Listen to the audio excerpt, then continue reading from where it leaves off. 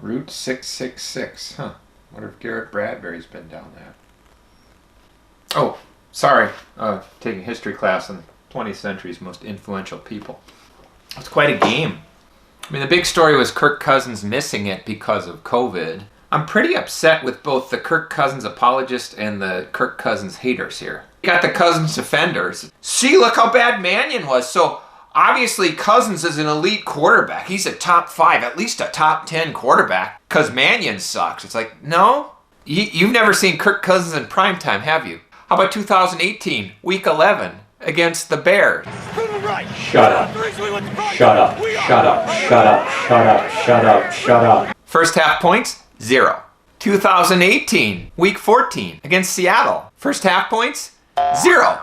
2019, week 16, Green Bay. Monday Night Football. First half points, 10, mostly because of the defense. Second half points, 0. 10 total points. This week, with Sean Mannion at quarterback, first half points, 3.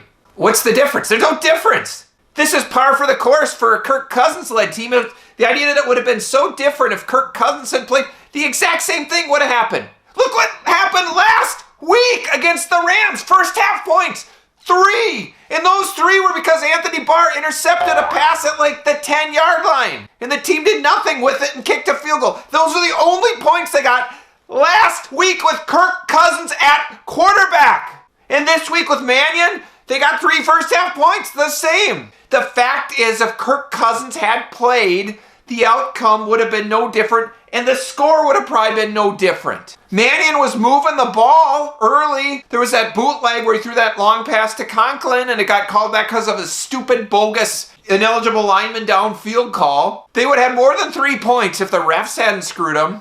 These Cousins haters wanted to make this game out to be an important game, when in fact, the Vikings were done. I mean, what really ticks me off, this guy, Jim Souhan, who's a really terrible columnist for the Minneapolis Star-Tribune. He went so overboard with his, Cousins hate and just his hate of anybody who isn't vaccinated, which I'm vaccinated. I also had COVID, and it sucked. Listen to this, Jim Souhan. There has never been a Vikings disappointment more predictable than Kirk Cousins testing positive for COVID and being ruled out of a game that would have been his last chance to save the jobs of the people foolish enough to have signed him. I look back, he didn't predict that, okay? He didn't predict that. So if it's so predictable, he must be the stupidest person on earth, because he didn't predict that would happen. In fact, it would have been more upsetting if Cousins had got COVID before the first Packer game that the Vikings won, because that was a game they had a chance. Everything was still in front of them. That would have been a much, much, much bigger deal, and that would have warranted maybe a column like this. But after the season is already decided, after they're pretty much out of the playoffs anyway, frickin' hack, he may have just ensured that Rick Spielman and Mike Zimmer will lose their jobs. Okay, well, if that's true, I want to buy Kirk Cousins dinner. I want to buy him a car. I want to rub his feet. If he gets Mike Zimmer and Rick Spielman fired, he is my favorite person of all time. Okay, it's supposed to be a criticism of Kirk Cousins. I mean, the idea also that Cousins wouldn't have gotten COVID if he'd been vaccinated. And if he was vaccinated and got COVID, he still would have missed the game. I mean, it's just this, they're looking for this. It wasn't like they predicted this was happening. They were hoping this was happening. Jim Souhan and these piece of crap media people were praying this would happen. And you don't need to bring this bogus crap into it. Cousins is a failure. He was a failure before he tested positive for COVID.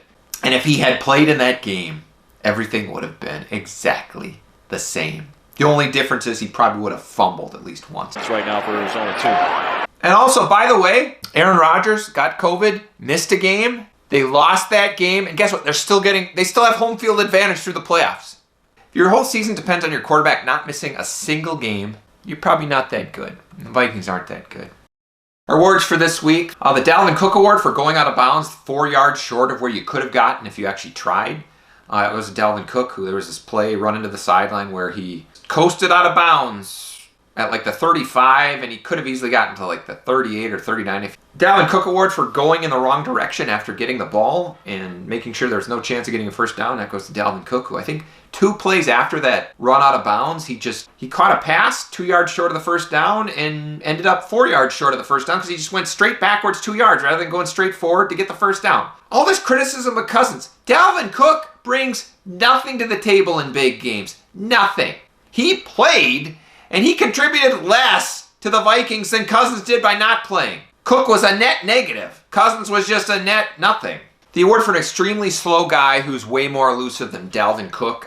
There's a couple candidates for that. One, of course, is Tyler Conklin, who magically can catch a ball, make one move, go right around a defender, and pick up 10 extra yards. Dalvin Cook, no, that's never going to happen. He would run backwards or trip over his own feet or run right into the guy or run backwards out of bounds or something. The award goes to, of course, Garrett Bradbury, who made that immaculate reception and then just kept rumbling and running through people, running past people, running over people, and watching it. Everybody's like, oh, they should make Garrett Bradbury a fullback. Or they should make him a tight end. No, they should just cut him, but it is interesting that he's apparently a more useful runner than Dalvin Cook with the ball. That says more about Dalvin Cook than it does about Bradbury. The Spud Webb Award for the best 360. That goes to Sean Mannion, who on a drop back where I think he got sacked, he did a 360. Remind me of Spud Webb in the slam dunk contest. The best impression of Anthony Barr intercepting a pass.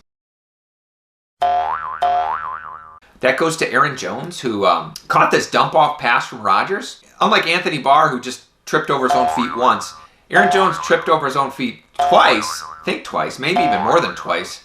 And then he got up and kind of stumbled forward, and I think he got like 5 more yards downfield when he finally got hit. He ended up getting like, I don't know, 6 or 8 yards. The award for the best job helping push an opposing player across the goal line for a touchdown goes to Anthony Barr, who, if we can't score, well, I'll help somebody else score. Good job.